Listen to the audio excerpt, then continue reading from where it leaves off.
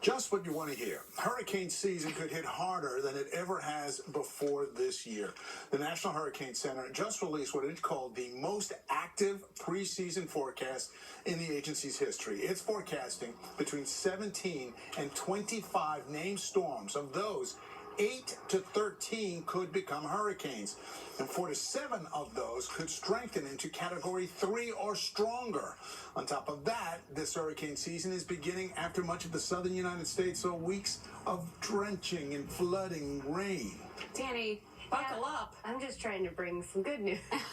I mean, come on. That's not a great prediction or forecast of what's to come. But it's not a surprising one based on what we're looking at. So I wanted to give you another look at the forecast that NOAA released today, but also the forecast that the Colorado State University Tropical Meteorology Project released in April, and it's kind of in line with what they expected as well. So David read those numbers for you. An average season, we'd see 14 named storms, 7 hurricanes, 3 major. So you can obviously see this is almost double an average season in terms of what is forecast. So this is what is expected, not necessarily saying this is exactly what's going to happen. But what are the factors at play? Record warm sea surface temperatures, right? We've been talking about that. It's a huge major story globally. But we're also transitioning from El Nino to a La Nina, which leads to weaker trade winds in the Atlantic, which means lower wind shear. Nothing to really rip these storms apart as they do develop. But I do want to say that no matter what the forecast says, it only takes one landfalling storm in any particular area to make it a busy season for that area, right? So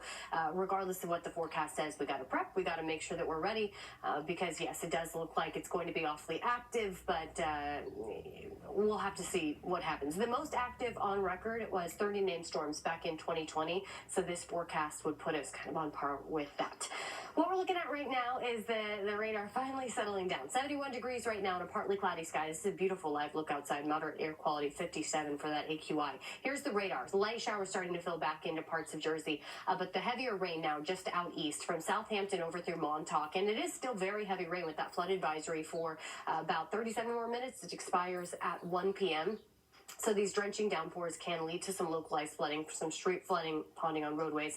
Also still seeing quite a bit of lightning here and some breezier wind. But the real gusty stuff that came through with those severe storms earlier this morning, it looks like that has settled down. And we saw really impressive wind gusts from about 55 to 65 miles per hour.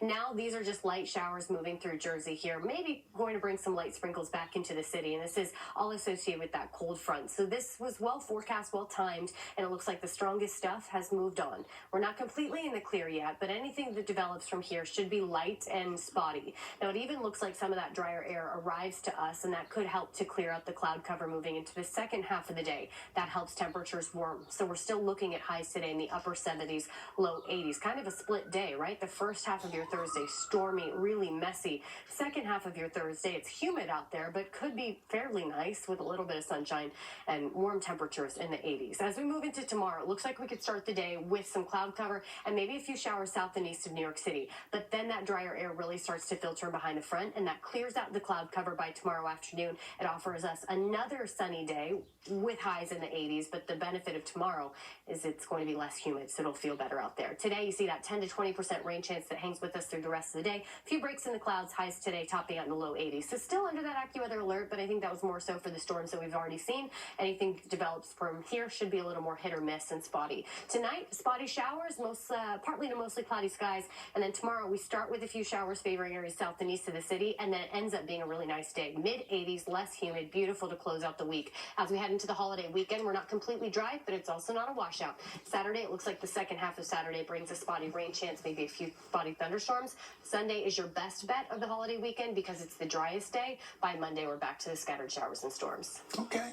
You know, not a complete win, but also... But it's not a complete loss, Lauren. And that's the optimism we're looking for. Right. It could be worse. Yay! Still to come on Eyewitness News at noon. New information on a possible settlement surrounding a train derailment that spilled chemicals into the land and throughout the air. We will tell you how much the company could pay out. And Rangers fans are singing the blues after Game 1 against Florida. Can they rebound in Game 2? We'll let you know.